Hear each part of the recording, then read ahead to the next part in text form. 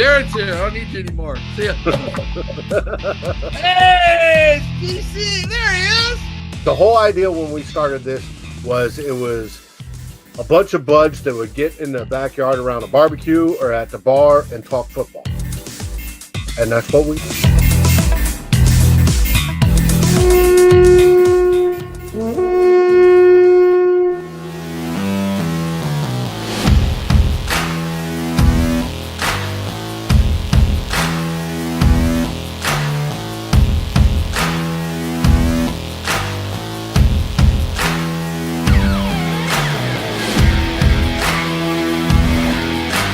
Good morning, Gjallarhorn.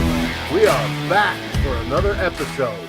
We have the Cardinals from Arizona coming to town to fly into U.S. Bank Stadium. There may not be any birds that have smacked that stadium since it was built, but hopefully the Cardinals are the first one. And I'm talking, of course, about the football Cardinals. Now, we have a special guest today, along with the true and favorite and my one and only partner, Drew Brees. Wait, I'm taller than 5'1". Okay. Drew Bunting. What up, dogs? We have direct from the furthest east reaches of Canada. Oh, meow, meow. Former blogger extraordinaire, which you saw on Grant's Tomb and Kick-Ass Blog, Mr. Darren Campbell. Welcome, Darren. Welcome, Darren. Happy to be here, guys. It's an honor, and I feel blessed. All the fucking athletes today say I feel blessed. You can stick that word "blessed" up your ass. Great introduction, baby. Yeah. Nice. No eye black though. Sorry. I forgot my eye black today, but I know. Oh, Canada, our knit and proud land, true patriot love, la la, as I raise my hand. I don't know anymore. It does say true patriot love. You're not a Patriot fan, are you? No fucking way. Yeah. Okay.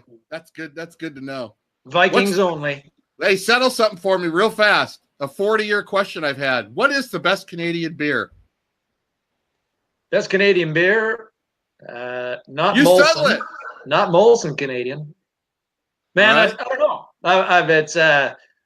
I'm into the craft beer now, and there's so many good ones that I couldn't really pick. I'm partial to a little craft brewery called Big Spruce. Give them a shout out. Here in Cape Breton, Big Spruce Brewing. There we go. Shout out. Big Spruce, baby. Kitchen Party, a favorite of mine. So the Moosehead, do they still make that? Oh, yeah. Yeah. I used to get drunk on that pretty often. Called moose piss in these parts of the world. Woo! But hey, you know somebody likes them because they're a multi-million-dollar company. We've been talking for over 2 years, and it's finally good to see a face to the voice, man. It's kind of cool. I'm glad you're on.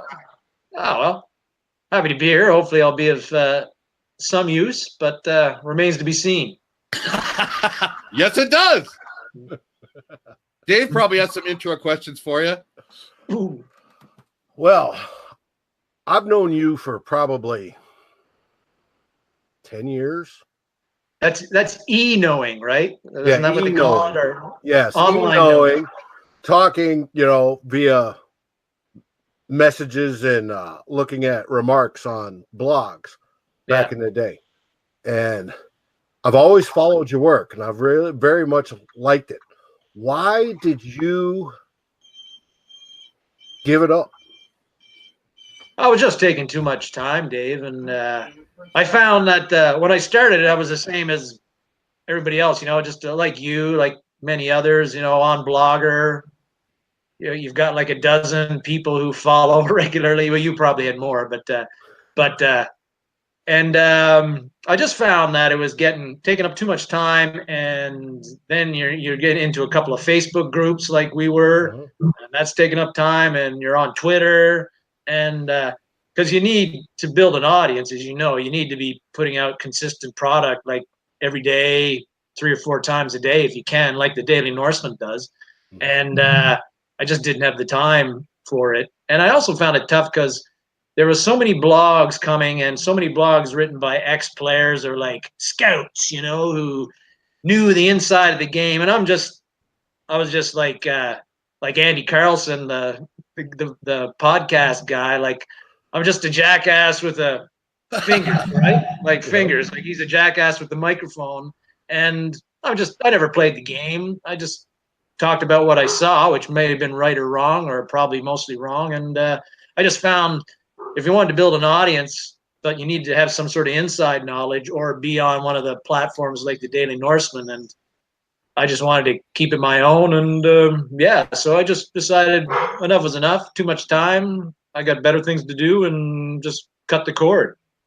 I got you. I've gone through moments of burnout, and I know everybody has. And that was a lot of work to keep writing almost every day, if not every day. Yeah. To put something out. I enjoy the hell out of the little piece you do in the Gjallarhorn group every week. It really is. It's really well. I don't even have to add to it. It's like you're reaching inside the Drewster's mind and you're pulling out all my thoughts, bro. Very scary, but that is scary. Yeah, but you don't have deep thoughts there, Drew. I have deep thoughts, just not about the Vikings. Yeah.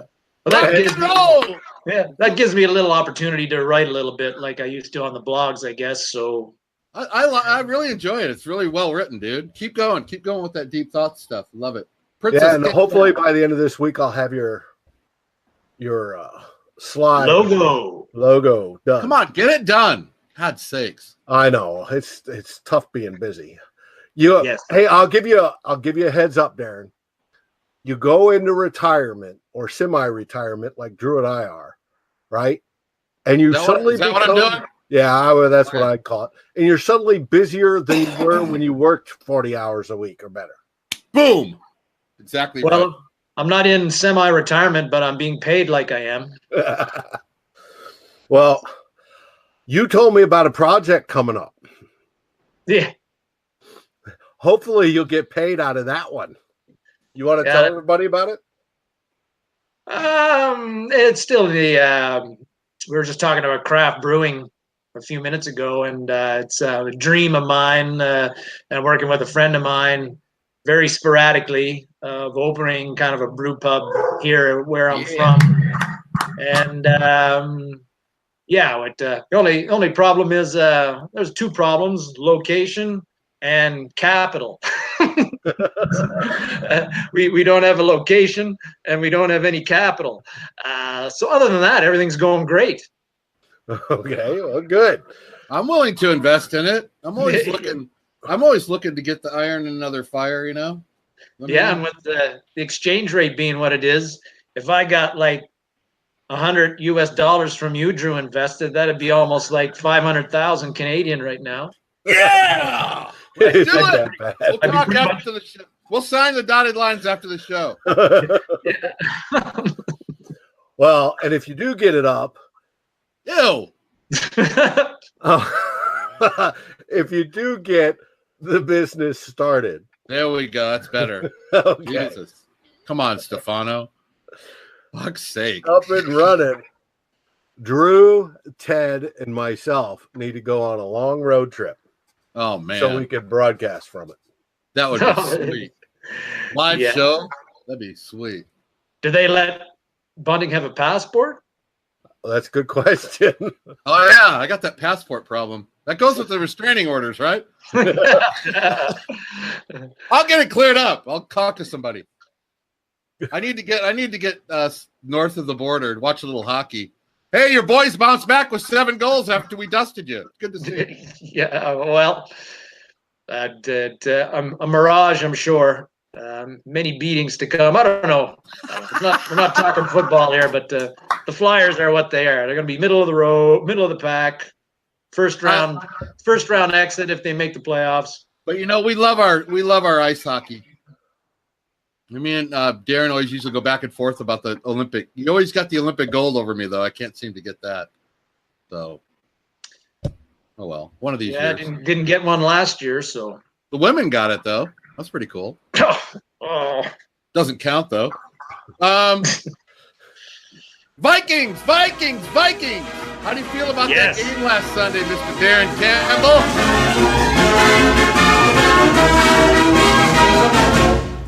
Well, I think Ted was saying the same thing on the Raw, but I thought it was pretty solid road performance. I know Philly's struggling, but I feel there is a very good team hiding somewhere there.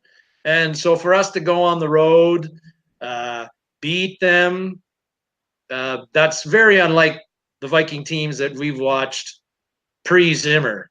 Like, you know how it used to go, right? Like from the end of the Green Denny days to Tice, to Chili, to Leslie Frazier. If we played a team on the road outdoors and they were any good at all, we were getting blown out, right?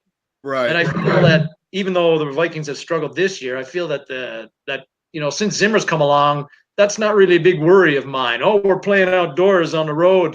We're going to get dusted. Right. We hang in there. We usually compete. We win a fair number of them. And so the Philly game was it was nice to see. And I like how the offense first series kill 7 minutes off the clock, basically. Yes. They missed the field goal, but it wasn't a 3 and out, and then it's full tilt boogie potentially for the Eagles. The whole thing kind of felt like a different attitude all the way around. We didn't melt down at the end, but can this be a game that sends us off into a good little run here? Or I know you called it the catapult game, right? Online and stuff, which I like that term. I don't know. I'm not convinced. Like right now with the Vikings, I don't know where this team is going.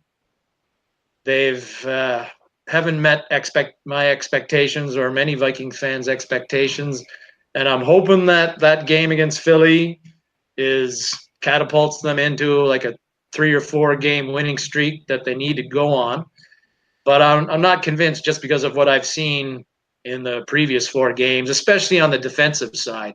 Right. I was watching, I got NFL Game Pass, so I was watching the Bears Vikings season finale last year, just right for shits and giggles, and I did not recognize the defense that was playing in that game, and the one I've been seeing this year. And granted, they were playing the Bears, and it was their last game, and they wanted to get the season done.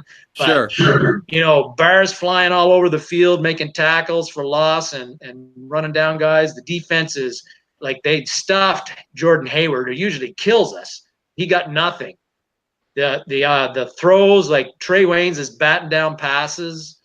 They're all over the wide receivers. And again, we know last year the Bears didn't have much in the passing game. But still, looking at that and the way we played the whole 2018 season, it's defensively, it's night and day. I can't even recognize the 2 units as being made up of basically the same players. So that really worries me, even against the Cardinals, after what we saw with the Bills and that total crap fest there. It's just hard to believe in the Vikings right now until they put 2 or 3 games like they had against Philly together in a row. And then we can say, yeah, that's what this team is about. They do this well, this well, this well, and this well. And then you can go into a game confident like we did most last year, saying we know what the Vikings are going to do. They're going to hold you to 15, 16 points a game. They're not going to let you convert on 3rd downs. They're going to run the ball decently, and Keenum's going to mosey around in the pocket and make big plays and occasionally throw a couple of WTF throws that hopefully won't get picked off. But we always knew that going into every game, or at least I felt I did. And this year, other than Cousins throwing for about 500 yards, I'm not really sure what I'm going to see week to week. Let me throw this at you because I know Dave has some questions for us. I'll make this my last one. And you kind of hit on it right there when you were talking. It's kind of the elephant in the room, but I like to get people's opinion on it. Because the personnel is pretty much straight up from last year, What is your take? What is your opinion on what the hell is wrong with this defense? Ooh, what is my opinion? I mean, it's hard. I mean, of course, you want to look at if you lost 4 or 5 players, you could just hang it on that. But it's not that. I don't. Well, I feel that up until last week, and other people have mentioned this too, like Joseph, the interior, Joseph and Richardson have been very ineffective. And we're not winning on first downs. Like teams are getting 5-6 yards a pop on a running play or a screen, and then it's 2nd and 4 or 2nd and 3, and that's tough for any defense to really stop. Sure. We have to win on first downs more, and it doesn't seem to me like we've been doing it nearly enough.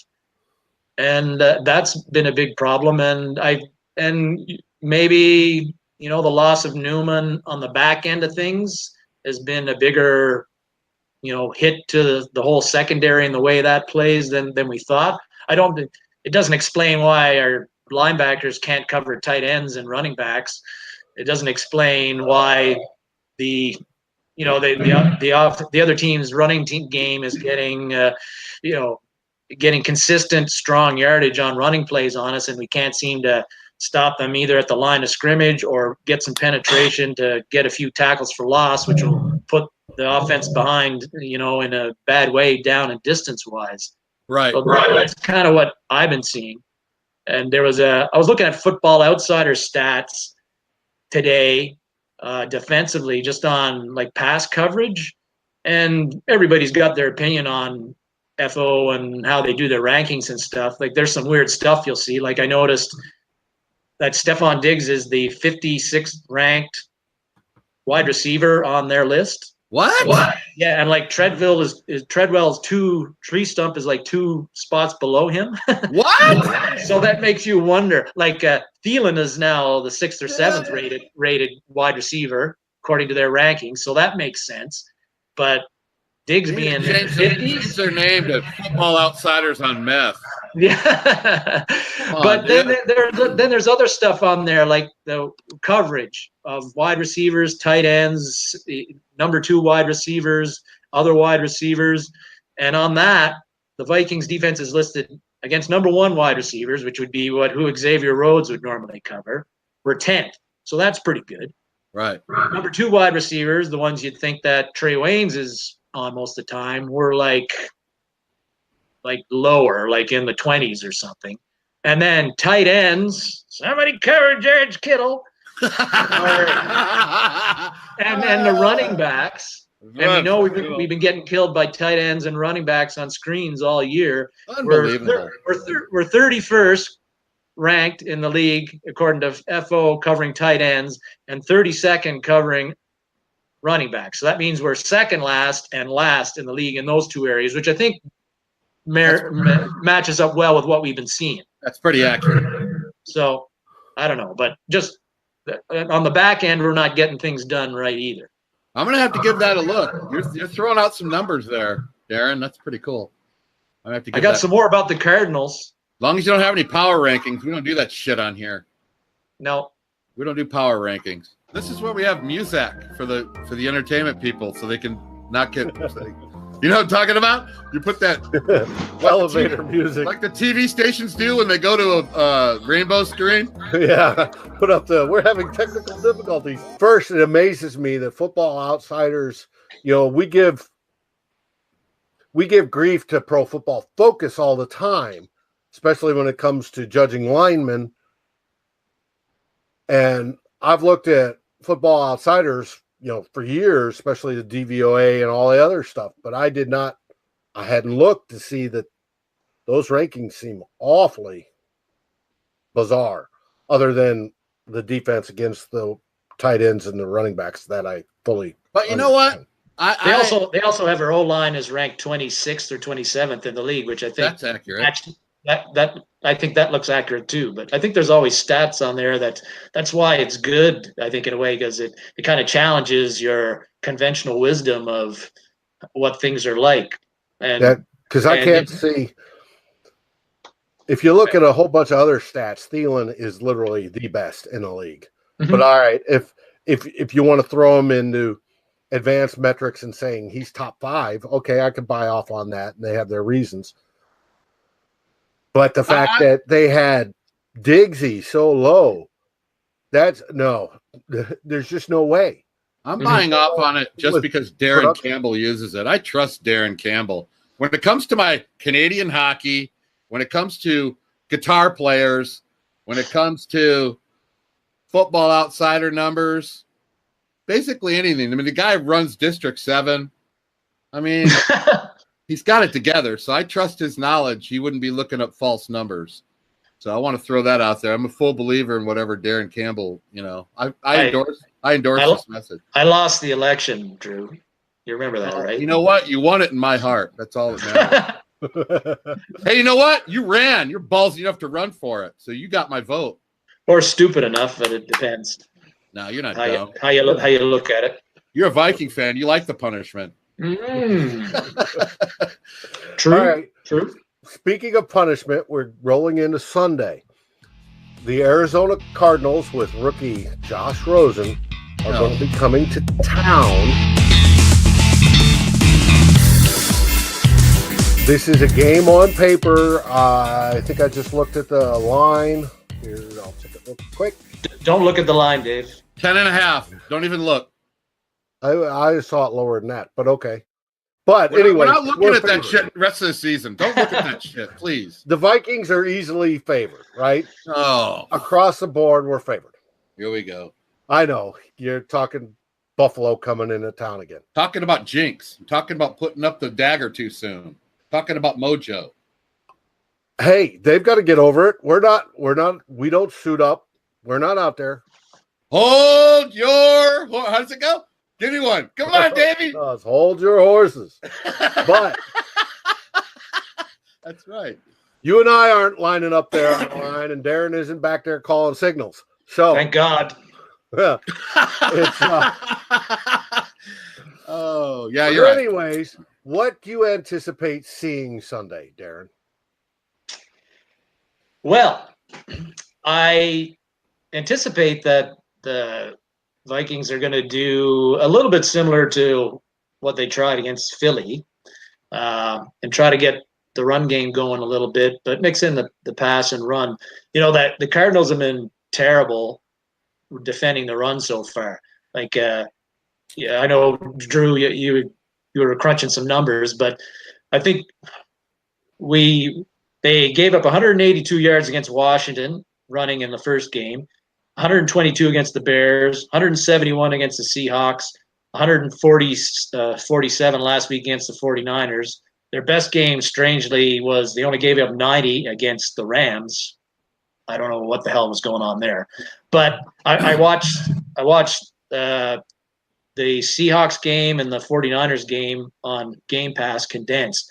And those two teams were getting consistent, strong gains, going wide, stretching out the defense, going up the middle. Arizona didn't tackle well most of the time. So I think that the Vikings and DeFilippo are going to try. If our running game is going to get going, this is the week where it could potentially happen. And we might actually run for like 100 yards combined. And if we do that, they are currently second to last in rushing defense. Yeah. Just to add on, 142 yards to give up a game. That's our average. So I think that you can't. I don't think you can copy your game plan and do the same thing you did every week, because opponents are different and now their players are different. The defenses they run are different, and you got to maybe attack them certain ways. But I would still like to see the Vikings come out, a couple of running backs next to Cousins, try a little run pass option, try to get Boone or Cook or Murray out wide. I don't want to see us do the conventional I formation, 8 yards back, hand it off to Murray and try to play power football right away. Let's get quick passes, because another big key was in that 49ers game, Chandler Jones was pretty much unblockable at times. He gave Joe Staley all kinds of problems. Here's this for a stat line for Chandler Jones. 6 tackles. This was Chandler Jones against the 49ers. 6 tackles, 3 tackles for a loss. He had a sack, which was a stripped sack. He created a fumble on that. He recovered the fucking fumble. He had 3 quarterback hits. He batted down 2 passes at the line of scrimmage, and one of them was a 2-point conversion that would have tied the game at 14-14 late in that game. So he did everything except blow up the football before the game. Wow, that's good. That's good knowledge right there. So we got to block him because he was pretty much the pass rush. Now, Arizona does seem to like the blitz. I counted 16 blitzes or something like that, and I missed a bunch, and I didn't watch the last 4 minutes, and 49ers had 2 more drives after that. And Beathard did throw 54 times, but they do like to blitz a lot, send 5 or 6 guys on passing downs. And so we're going to see that. So that really means make sure you're in 2nd and 4 if you're the Vikings, or 2nd and 5. Don't get, even though Cousins has done really well when pressured, we saw a couple of stories lately about that, like his accuracy is super high in production, but I don't want to see him having to go back there on 2nd and 9 or 3rd and 9, having to try to make a big throw down after down after down. So let's keep things relatively balanced. It'd be nice to see him only have to throw 30 passes this week. Yeah, it would be. They give up 142 yards a game on the ground, the Cardinals. There's no reason to at least start the game trying to attack them on the ground. And they had the Cardinals against the 49ers had a hell of a time covering the tight end and running back and fullback on screens and short shit. They're almost as low ranked covering tight ends and running backs on passes as we are, according to Football Outsiders. So I see us potentially, making a lot of hay on that kind of short stuff if we utilize it right. The Cardinals are going to expect that we're going to try to do that because they're looking at what we did against Philly. They're looking at what 49ers did against them. But I still think we can be successful doing that if we do it the right way, do it smart, and get some good gains on 1st, 2nd down with the run game. Whether we can do that or not remains to be seen, but I feel somewhat confident that we can just in watching the Cardinals defense and how bad they've been defending the run in the games that I've watched. You do bring up a crucial point, though, DC. Where we get in trouble with games like this is 2nd and 3rd and long. When we get in 3rd and long, we get into that 3 and out. And then we're contagious on our 3 and outs. We don't just have one; we'll have a whole quarter full of them. So we can't be in 3rd and long. We can't do it. We're gonna play right into their hands, like you said. Yeah, but I think DiFilippo saw the light, if you want to put it that way, and we've gone to that short passing game because we have an absence of a run game. Well, we did it last week, but yeah, well, and I'm hoping it continues because our offensive line is our weakest point, and it doesn't matter who's running the ball. And Cook should be back this week, hopefully, but we're not getting any push off that line. Just keep it going. I could see us horrible. So I could see us all talking in the 2nd quarter saying, "Why the hell aren't we running the same play calls we did in Philly?" I can totally see us saying that. Shit. Well, that's because you've been a Vikings fan forever, and we all know that will happen. The Cardinals had no business winning that game against the 49ers, by the way. Did they win? So happy I don't even know who won. Yeah, 28 to whatever. I'm so happy that they got off the schneid and got their win because I'd be nervous as hell if they were 0-5 coming in to play us. But the 49ers had 5 turnovers in that game. They had 2 interceptions, one, and they had one strip sack that got returned for a touchdown. The running back, the 49ers are driving, and the running back fumbled it, and that got returned 40 yards to the 19-yard line or something, and then the Cardinals punched it in from there. The 49ers gave them the game in a lot of ways, and which is kind of like what happened early on against the Bills with us. I think you should get an award just for watching that fucking game. Well, I don't know. I find it interesting because I don't know. Lately, I've kind of, before a Vikings game, I kind of like to see what the opponent's doing, so I have some kind of idea of what we're up against. Even though I have no idea about the X's and O's in the game and the subtleties, and you kind of do though. You know what you're talking about, bro. I can tell by talking to you. So you know your football, man, and your guitar players. Yeah, but I thought watching the Bills play the Chargers before the Vikings played, I thought I had it all figured out, like how we were going to beat them by 30, and then boom. Oh, that was no, I'm convinced that the egg laid for the Bills game was because of Everson Griffin. That the team was just not football was not in their forefront of their mind that day. And they were just walking through the motions. Well, then you got to coach them up better. That's not a properly coached team. Then you got. Where'd you go, Drew? He's frozen. He's frozen.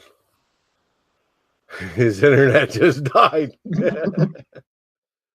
So you expect a game, if I get this right, where we're going to do some more running. We're going to do some short passing. We hopefully won't get into third and long situations, and the offense will be productive.